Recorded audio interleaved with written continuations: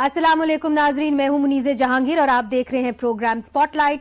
नाजरीन, जब army act से मुंसलिक 3 बिल फटाफट नेशनल असेंबली और सेनेट से पास हुए तो तब जनाब हासिल बजिंजो के पास पाकिस्तान तहरीक इंसाफ, पाकिस्तान पीपल्स पार्टी और पाकिस्तान मुस्लिम लीग नून के अरकान असेंबली जो हैं वो आए और उन्होंने उनको ये तजवीज दी कि आप ऐसा करें कि मुल्क के मुफाद में आप एक ही पार्टी बना लें जिसके सदर जनाब इमरान खान साहब हो, जिसके नायब सदर जनाब शहबाज शरीफ साहब हो और जिनके जनरल सेक्रेटरी बिलावल भुट्टो जरदारी साहब हो।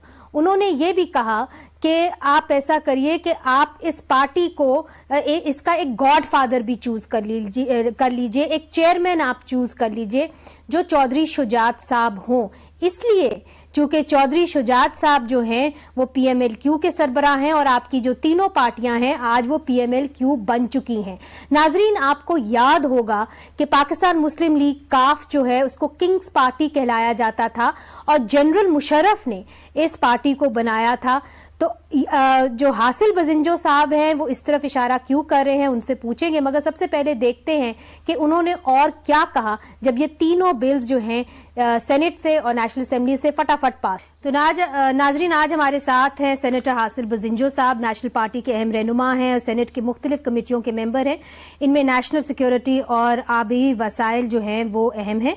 सेनेटर जावेद अब्बासी साहब का ताल्लुक पाकिस्तान मुस्लिम लीग नून से है, वो सेनेट की कमेटी कानून और इंसाफ के चेयरपर्सन भी हैं। आप लोगों का बहुत बहुत शुक्रिया, आपने हमें ज्वाइन किया। हासिल बजिंजो साहब, आपसे शुरू करते हैं।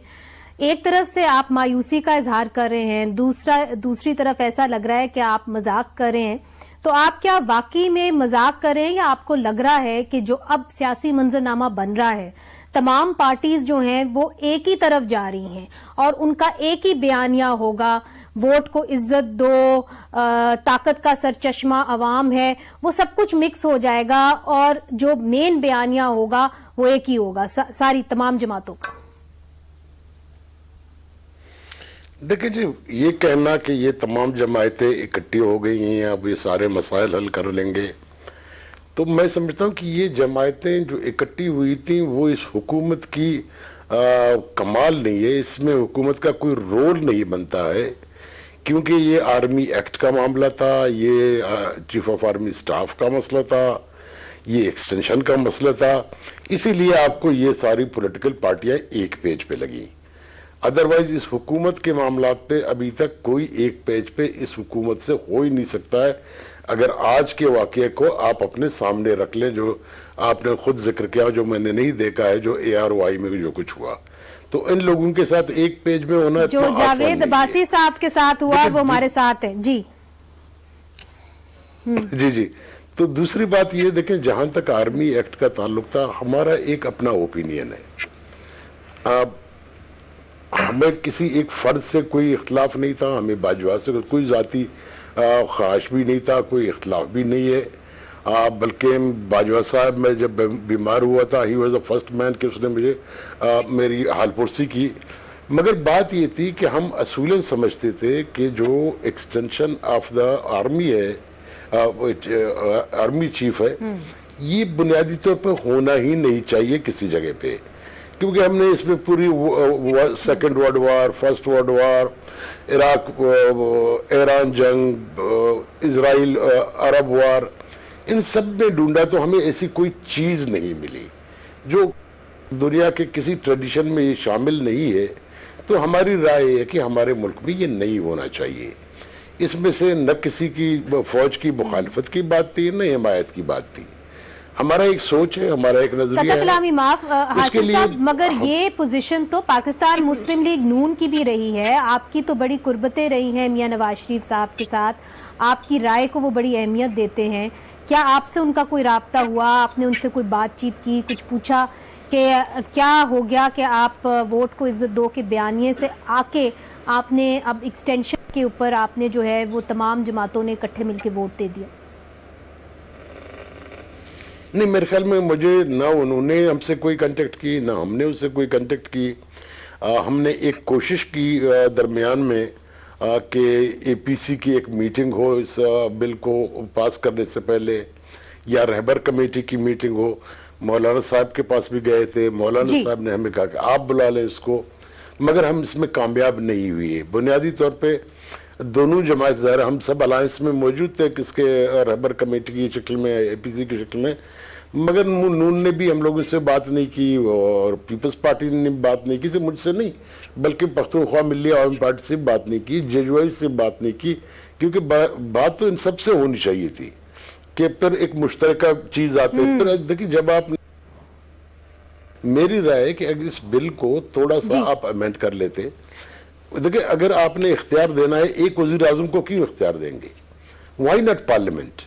उसमें पार्लियामेंट का हिस्सा डालते, पार्लियामेंट की ओवरसाइट होती, जैसे चीफ इलेक्शन कमिश्नर है, जैसे प्राइम मिनिस्टर है, जब वो पार्लियामेंट के दोनों ऐवानों के बड़ों से, कायदे इख्तिलाफ से और कायदे इक़्तिदार से मिल के उसका फैसला किया जाता। इसको भी चाहिए था कि अगर हम पार्लियामेंट में लाते, इसमें पार्लियामेंट भी रिस्पेक्ट होती, फौज की भी रिस्पेक्ट होती, वो जनरल जो उस वक्त उसकी प्रमोशन होती वो भी ज्यादा रिस्पेक्टेड होती। तो मेरे ख्याल में थोड़ी सी गलती इन्होंने ये की कि इन्होंने भाई एक दिन में 2 दिन में सब कुछ कर लो, इसमें डिबेट नहीं करो, बात नहीं करो, किसी को कुछ कहना नहीं है, बस कर लो। मेरे ख्याल में इसकी वजह से उसकी शक्ल सूरत थोड़ा खराब हो गई थी।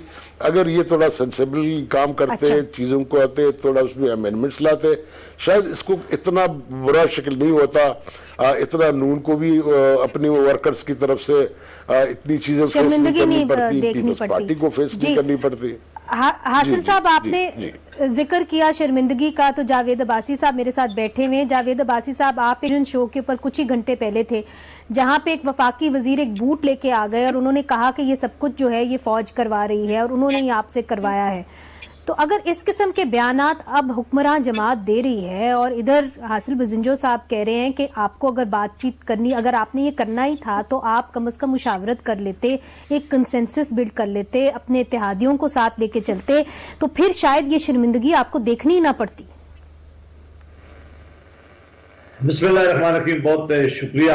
देखें, जो आज शाम जिस शो की आपने अभी इशारा किया है उसमें हम गए थे, या राइट है, उन्होंने बुलाया हुआ था। बाद में पता चला मुझे पहले किसी और गेस्ट का बुलाया हुआ था। जब वहां पहुंचे तो मैं और कायरा साहब पहले पहुंच गए और उसके बाद एक वफाकी वजीर वाडा साहब आए। अब वफाकी वजीर का लेवल आप देखें कि वो अपने साथ एक बैग लाए और हमने समझा कि बैग में इनके साथ कोई किताबें होंगी, कोई रिसर्च होगा। जो ही प्रोग्राम शुरू हुआ उन्होंने वाकई एक बूट निकाल के अपने सामने रख लिया और बड़े दिन सीना तान के दलेरी से कहते हैं कि ये जो कुछ कराती है फौज ने करवाया है, फौज की वजह से ये सब कुछ हो रहा है। हालांकि हमने न पहले कभी कहा है, ना कहेंगे, ना हमने फौज को कभी सियासत में इन्वॉल्व किया है, ना हमारी कभी ये पोजीशन रही है।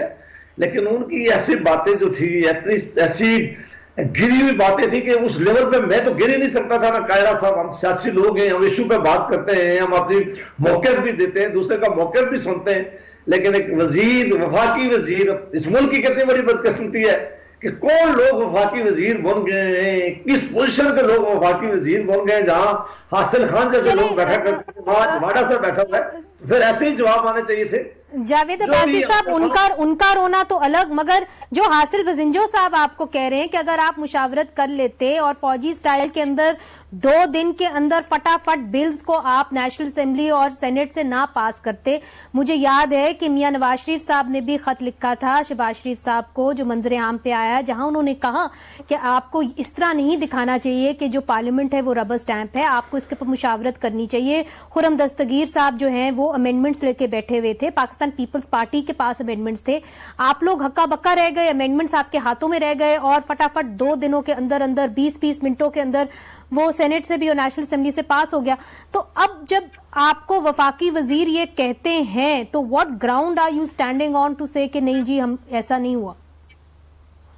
देखिए, ये जो आपने कहा कि 2 दिनों में हुआ है, वाकई ऐसा बिल्कुल नहीं है। ये प्रोसेस जरूर हुआ है, प्रोसेस इनिशिएट हुआ है। उसके बाद पहले नेशनल असेंबली में गया है, नेशनल असेंबली में ले हुआ है, उसके बाद उसकी स्टैंडिंग कमेटी जो डिफेंस हाउस में गया है, पास हो के आया है, फिर कुछ दिन वक्फा रहा है, उसके बाद फिर पैसेज के लिए गया है, फिर पास होने के बाद ये सेनेट ऑफ पाकिस्तान में आया है, सेनेट ऑफ पाकिस्तान में डिफेंस कमेटी के पास गया है, उस डिफेंस कमेटी ने पास करके वापस भेजा है।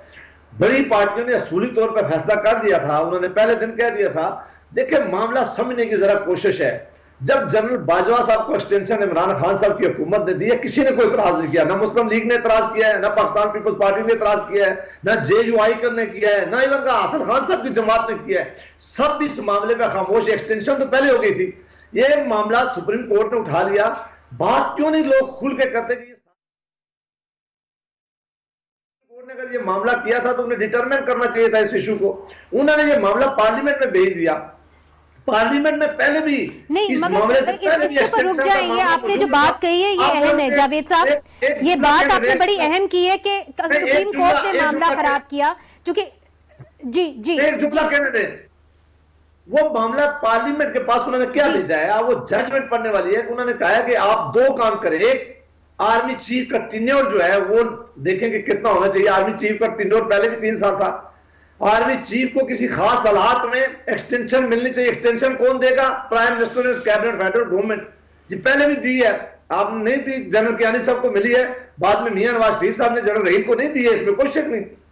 ये इख्तियारात वो जो ऑलरेडी इमरान खान साहब वो इख्तियार अपने जो इख्तियारात थे वो एक्सरसाइज कर चुके थे। जनरल बाजवा साहब ऑलरेडी एक्सटेंशन पे चले गए थे। उसके बाद उन्होंने कहा कि इस लॉ को कोडिफाइड कर दें, तो वो अगर पार्लियामेंट ने इख्तियार किसको दिया है? पार्लियामेंट ने इख्तियार दिया है वज़ीर आज़म और उसकी कैबिनेट को कि अगर ऐसी सूरत हाल एग्जिस्ट करती हो, आप समझते हो कि मुल्क के ऐसे हालात हैं, उस वक्त आप और आपकी कैबिनेट एक्सटेंशन दे सकते हैं। तो ये कोई नई बात नहीं है जो हम करने जा रहे हैं, ये बात ऑलरेडी अच्छा नहीं, मगर आप कह रहे हैं नई बात नहीं है, मगर जो आपने एक और बात की, जावेद साहब इजाजत दीजिए, आपने जो एक और बात की है वो अहम है, मुझे छोटा सा वक्फा शामिल करना है। मगर आपने जो कहा ना कि कोर्ट को चाहिए था कि मामलात उधर ही सुधार लेते बजाय के पार्लियामेंट के तरफ जो है अपना बॉल फेंकते, इसके ऊपर मैं हासिल बजिंजो साहब का जो है तज्जिया जरूर चाहूंगी, उनका रिप्लाई जरूर चाहूंगी, मगर एक छोटे से वक्फे के बाद।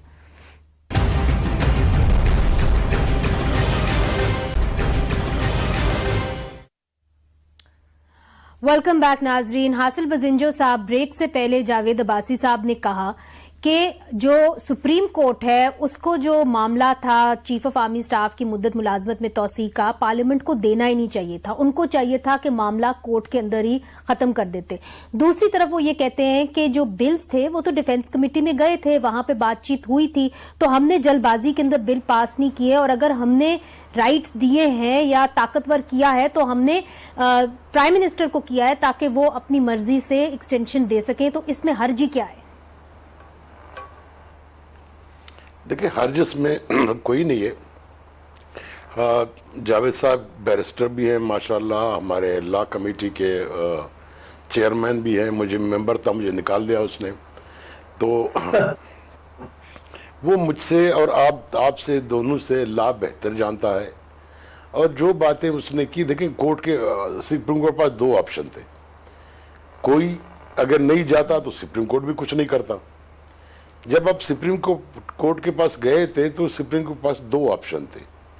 एक ऑप्शन ये था कि भाई ये जो ऐसा कोई लॉ नहीं है, लिहाजा ये एक्सटेंशन नहीं हो सकती, एक ये कह सकता था। दूसरे उसके पास जो ऑप्शन था वो यही था कि भाई किस कानून के तहत। फिर कानून कौन बनाता है? कानून पार्लियामेंट बनाता है। उसने कहा पार्लियामेंट कानून बना ले। अगर वाकई आप लोगों को, हुकूमत को, सबको इसमें इतनी बड़ी दिलचस्पी है तो मेहरबानी करके इसके लिए कानून बनाएं। तो सुप्रीम कोर्ट के पास तो बहुत ज़्यादा ऑप्शंस नहीं थे।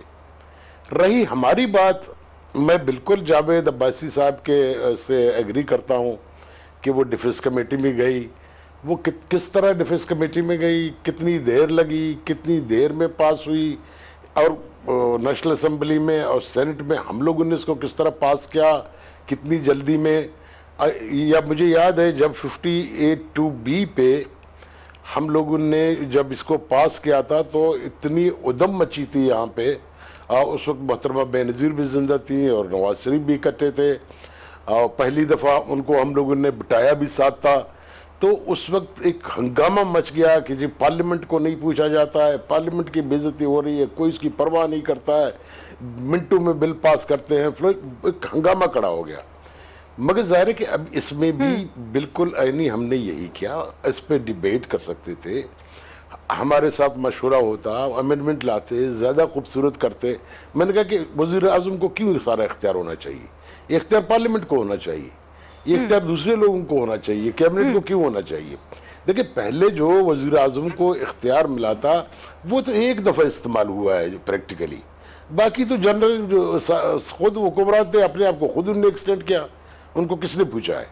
अयूब खान को किसने पूछा है? एक बात बताइए, इसलिए चूंकि आप चूंकि अपोजिशन बेंचेस के ऊपर बैठे हुए हैं, सेनेट के अंदर भी और नेशनल असेंबली में भी, अब सवाल ये उठता है कि अगर आगे जाके कोई इत्तेहाद बनता है या हिकमत अमली बनती है मौलाना फजल रहमान के साथ, तमाम अपोजिशन जमातों के साथ, तो क्या आप इनके ऊपर फिर से ट्रस्ट करेंगे, या आप समझते हैं कि क्योंकि ये पाकिस्तान तहरीक इंसाफ के इतने करीब आ गए, जिस तरह कि आपने जिक्र भी किया, कि शायद कोई फायदा नहीं इनके ऊपर ट्रस्ट करने का? अब जो इल्हाक बनेगा अपोजिशन का, कैसे बनेगा?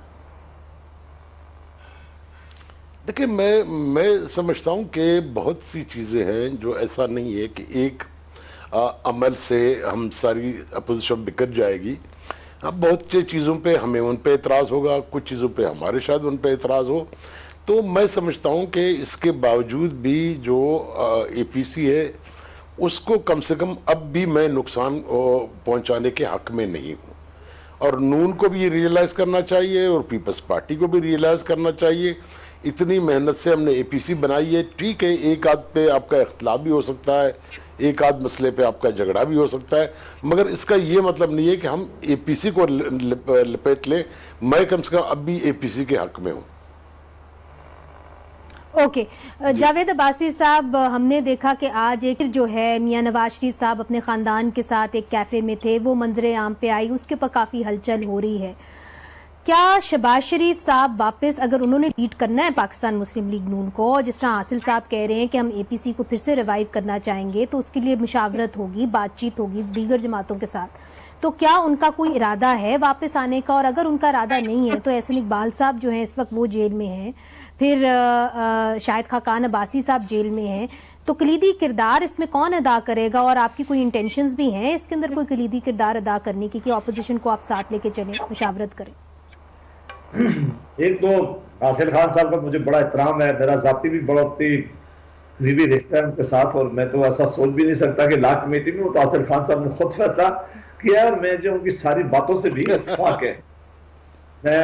हमारी बड़ी कुर्बत है और बहुत ही एहतराम है मुझे उनका। दूसरी बात देखें ये है कि हमारा एक इस इशू पे शायद हम सारे इकट्ठे नहीं चल सके, और पार्लियामान के अंदर जमातें सबकी मुख्तलिफ हैं, वो कई इशू पे हम इकट्ठे होते हैं, किसी इशू पे शायद नहीं भी इकट्ठे हुए। इत्तेहाद हमारा आज भी है, आज भी हमारा सेनेट का वही माहौल था, उसी तरह अपोजिशन इकट्ठी है, उसी तरह हम पीपल्स पार्टी नहीं, मगर सर कलीदी किरदार जो है पाकिस्तान मुस्लिम लीग नून के अंदर, शहबाज शरीफ साहब लंदन के अंदर हैं, तिमादारी कर रहे हैं अपने भाई की, जैसे भी हम समझे, यहाँ पे कौन लीड करेगा?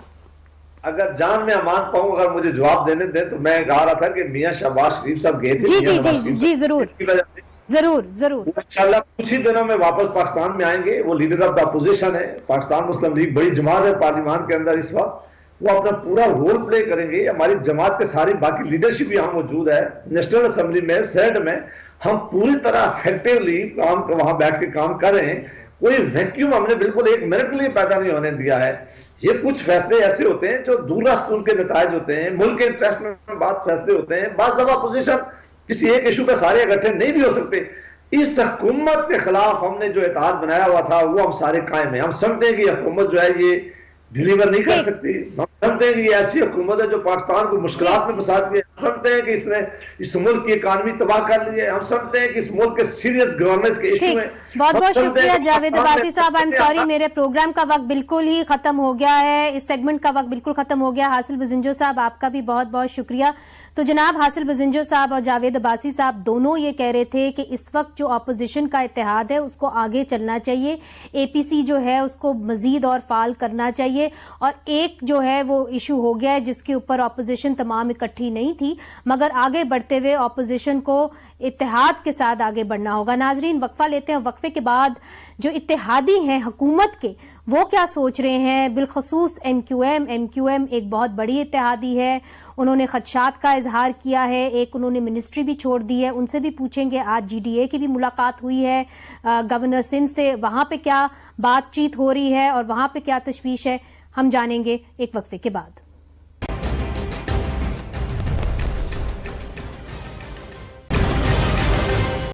वेलकम बैक नाजरीन। ये जो हुकूमत है इसकी नेशनल असेंबली में, कौमी असेंबली में 181 सीटें हैं और ये हुकूमत जो है वो इत्तेहादियों के ऊपर खड़ी हुई है। जो सबसे बड़ा इत्तेहादी है वो MQM है, जिनकी तकरीबन 7 सीटें नेशनल असेंबली के अंदर हैं। फिर पाकिस्तान मुस्लिम लीग काफ 5 सीटों के साथ, GDA 3 सीटों के साथ, BNP मंगल 4 सीटों के साथ मौजूद है। मगर हमने हाल ही में देखा है कि तकरीबन तमाम इत्तेहादी जो हैं तो वो तहफ़्फ़ुज़ात का इजहार कर रहे हैं और कह रहे हैं कि हमारे जो मुतालबात हैं वो वफाक नहीं मान रही। तो आज हमारे साथ हैं ख्वाजा इजहारुल हसन साहब, आपका ताल्लुक MQM पाकिस्तान से है, वो राब्ता कमेटी के मेंबर हैं और सिंध असेंबली में MQM पाकिस्तान के डिप्टी पार्लिमानी लीडर हैं। गौस बख्श मेहर साहब भी हमें ज्वाइन कर रहे हैं, आपका ताल्लुक ग्रैंड डेमोक्रेटिक अलायंस से है और आप मेंबर कौमी असेंबली हैं। आप दोनों का बहुत शुक्रिया कि आपने अपना वक्त निकाला। सबसे पहले ख्वाजा इजहारुल हसन साहब, अभी तक खालिद मकबूल सदीकी ने जो अपनी वजारत है इंफॉर्मेशन टेक्नोलॉजी वो छोड़ दी है, मगर आप लोग बाकायदा तौर के ऊपर ऑपोजिशन के बेंचों के ऊपर नहीं आए, आपने हुकूमत नहीं छोड़ी। इसका मतलब यह है कि आपको कुछ उम्मीद है कि जो आपके 13 पॉइंट्स थे, आपके जो मुतालबात थे, वो ये हुकूमत, वफाक की हुकूमत पूरी कर लेगी। जी बिल्कुल दुरुस्त है आपकी बात, आपने बिल्कुल वही बात की जो हमने प्रेस कॉन्फ्रेंस में की। हमारा कभी भी हुकूमत से ये नाराज़गी नहीं रही कि हुकूमत हमारी बात नहीं मान रही या नहीं सुन रही। हुकूमत मान भी रही है, हुकूमत सुन भी रही है, लेकिन हमारा शिकवा ये है कि हम काबीना में बैठे हैं और काबीना में उन नुकात को तरजीह नहीं दी जा रही और उसमें पेशरफ्त नहीं हो रही।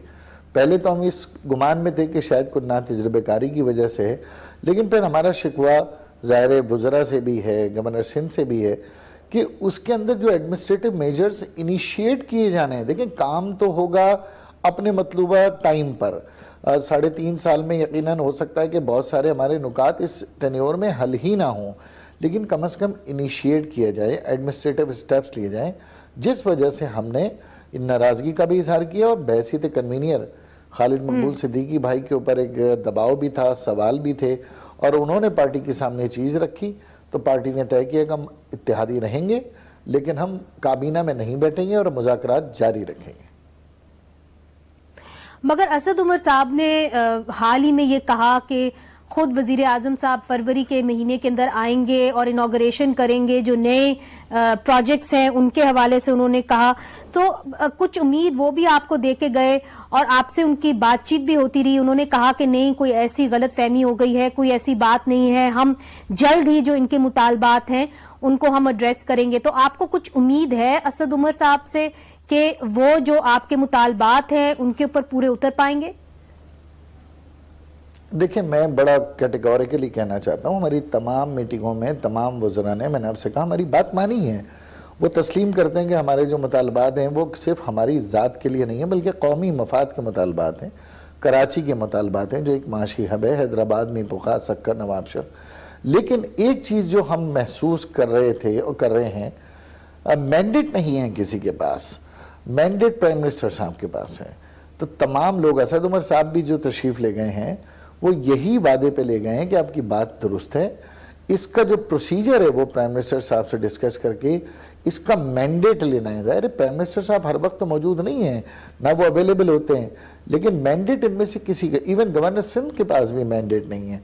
उस मैंडेट के लिए 13 नुकात के लिए मेरा ख्याल है हतमी फैसला वजीर आजम पाकिस्तान ही करेंगे। अच्छा, और वजीर आजम पाकिस्तान से आपकी कोई हाल ही में मुलाकात नहीं हुई या होने जा रही है? कुछ इसके बारे में भी बता दीजिए। हमारी ख्वाहिश है कि वज़ीर आज़म पाकिस्तान से मुलाकात हो, लेकिन ताहाल उनकी तरफ से भी कोई फाइनल शेड्यूल नहीं है। हो सकता है वो कराची तशरीफ लाएं तो फिर MQM के डेलीगेशन उनसे मुलाकात करे। गौस बख्श मेहर साहब, जिस तरह के ख्वाजा इजहारुल हसन साहब कह रहे हैं कि जो गवर्नर सिंध है उनके पास मैंडेट नहीं है, असद उमर साहब इतने अहम लीडर हैं PTI के, उनके पास भी मैंडेट नहीं है, अगर कोई हमारे मसाइल हल कर सकता है वो खुद वजीर आजम ही कर सकते हैं, तो क्या वाकई में बाकी PTI जो है वो इतनी कमजोर है कि वो अपनी बात जो है मनवा नहीं सकती या जो वादे करती है वो पूर्ण नहीं कर सकती? क्या द बक रियली स्टॉप्स के वजीर आजम के पास ही जाना पड़ता है? क्या आपकी भी ये एक्सपीरियंस है?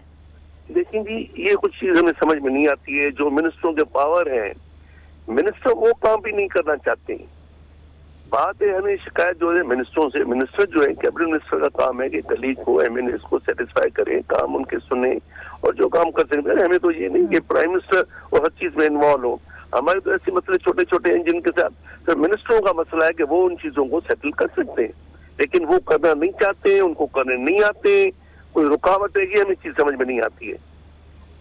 ये नहीं है जरूरत कि हर चीज के लिए मगर आपके जो मुतालबात है उसके अंदर तो ये है कि रूरल डेवलपमेंट के हवाले से आपको जो रकम मिलनी थी वो नहीं मिली। फिर आपने ये भी मेरा ख्याल है कहा था कि और गवर्नर सिंह ये कह चुके हैं आपके हवाले से कि जी आज बल्कि उन्होंने कहा कि जितना भी पैसा था वो मिल चुका है, वो सिंध को मिल चुका है एनएफसी की सूरत में।